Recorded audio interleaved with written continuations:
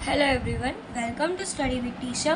तो आज हम एजेपी सब्जेक्ट में हमारा जो चैप्टर 2 चल रहा है उसकी प्लेलिस्ट चल रही है।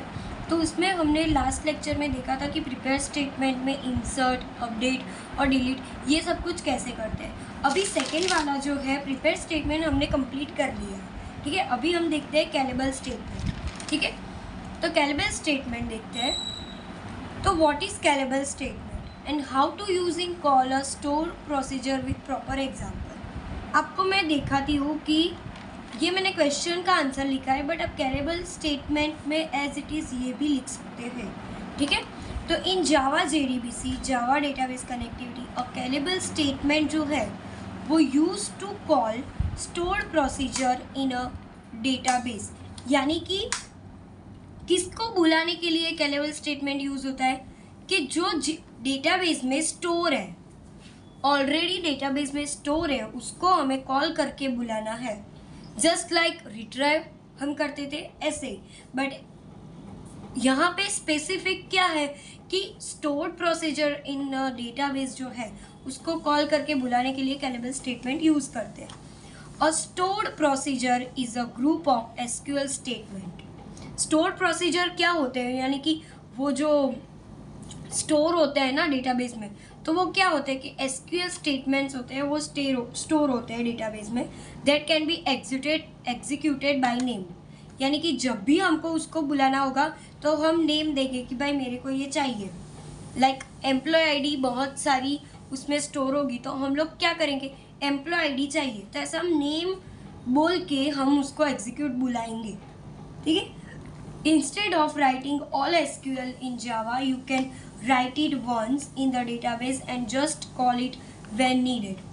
आपको क्या करना है, आपको सारे हर बार SQL लिखना जावा में ऐसा ज़रूरी नहीं है। आप एक बार लिखो डेटाबेस में और फिर जब भी आपको उसे बुलाना हो कॉल कर देने का।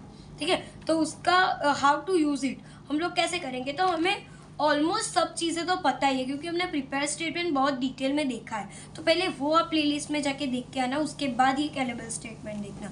ठीक है, तो कनेक्ट टू द डेटाबेस हमें पता है कि कैसे कनेक्शन करते हैं। क्रिएट अ कैलेबल स्टेटमेंट, अभी ये आपको पता नहीं होगा, बट आपने प्रिपेयर स्टेटमेंट कैसे क्रिएट करते हैं वो आपको पता होगा, तो ये थोड़ा बहुत ईजी ही है। Create a callable statement with the store procedure name. Set input values if the procedure needs them. हम इनपुट वैल्यूज डालेंगे। ठीक है, register output values if the procedure given result back. जो रिजल्ट बैक आया यानी कि वो कॉल किया हमने और डेटाबेस में से हमें डेटा मिल गया तो रिजल्ट बैक आ जाएगा। Execute the procedure, get the output. तो पहले क्या करना है, पहले स्टार्ट कनेक्ट टू डेटाबेस, पहले हमने और डेटाबेस को कनेक्ट कर दिया, फिर हम बुलाएंगे क्या, कॉल द स्टोर।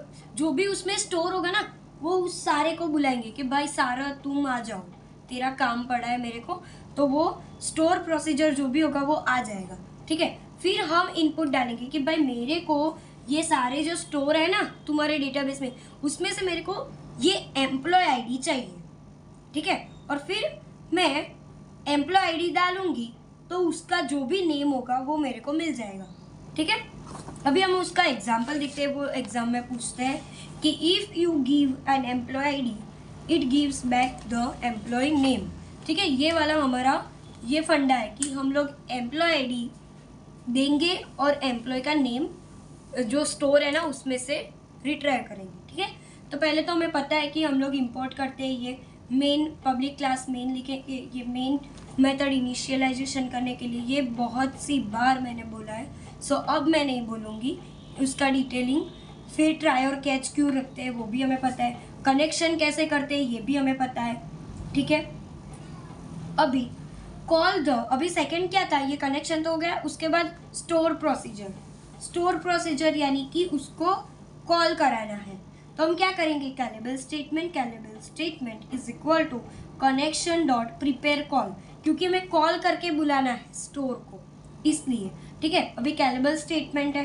ठीक है, अभी बार बार तो हम डालेंगे नहीं ना कि मेरे को ये चाहिए, तो हम उसका पूरा ये बना देते हैं ऑब्जेक्ट कि call get employ question mark लिखेंगे कि इधर हम लिखेंगे एम्प्लॉय की ID और इधर हम एम्प्लॉय का नेम आ जाएगा हमारे पास। ठीक है, तो गिव इनपुट एम्प्लॉय आईडी, फिर हमें इनपुट करना है। तो हम लोग ने थर्ड वाले में इनपुट डाला कि CS सेट इंटीजर। अभी सेट इंटीजर क्यों डाला है, क्योंकि ये इसकी मेथड है कि जब भी हमको कोई इंटीजर वैल्यू को लाना हो या फिर कुछ भेजना हो तो हम लोग सेट इंटीजर का यूज़ करेंगे। ठीक है, अभी ये क्या हुआ 1, फर्स्ट हमको क्या चाहिए 101 एम्प्लॉय आईडी वाला का नेम चाहिए। ठीक है, तो अभी क्या करेंगे tell Java to accept dot output employ name. हमने एम्प्लॉय आईडी तो दे दी, तो वो अभी हमको नेम देगा। तो नेम कैसे देगा, वो एक रजिस्टर में स्टोर तो करेगा ना, कुछ भी पैरामीटर हो तो। रजिस्टर क्या है, सेव करने के लिए एक बनाया गया है, तो उसमें सेकेंड आएगा और टाइप्स क्या लिख के आएगा, वेरिएबल कैरेक्टर, क्योंकि एम्प्लॉय नेम है वो कैरेक्टर में होता है इसलिए। ठीक है, अभी हम लोग कैलेबर स्टेटमेंट को एग्जीक्यूट करेंगे तो हमें आउटपुट मिल जाएगा लाइक दिस कि स्ट्रिंग नेम हमें मिल रहा है। ठीक है, गेट स्ट्रिंग हमने दी, तो प्रिंट में क्या होगा एम्प्लॉय नेम, और जो भी नेम हमें मिला होगा वो मिल जाएगा। और लास्ट में हम लोग को सब कुछ क्लोज करा देना, like calibre statement dot close, connection close करा लेना है, और कैच तो हम क्यों लिखते हैं ये आपको पता होगा। ठीक है, it's helpful when the same logic is needed again and again. ठीक है, तो हमने कैलेबर स्टेटमेंट देख लिया। अभी हम देखते हैं व्हाट इज डिपेंडेंसी इंजेक्शन।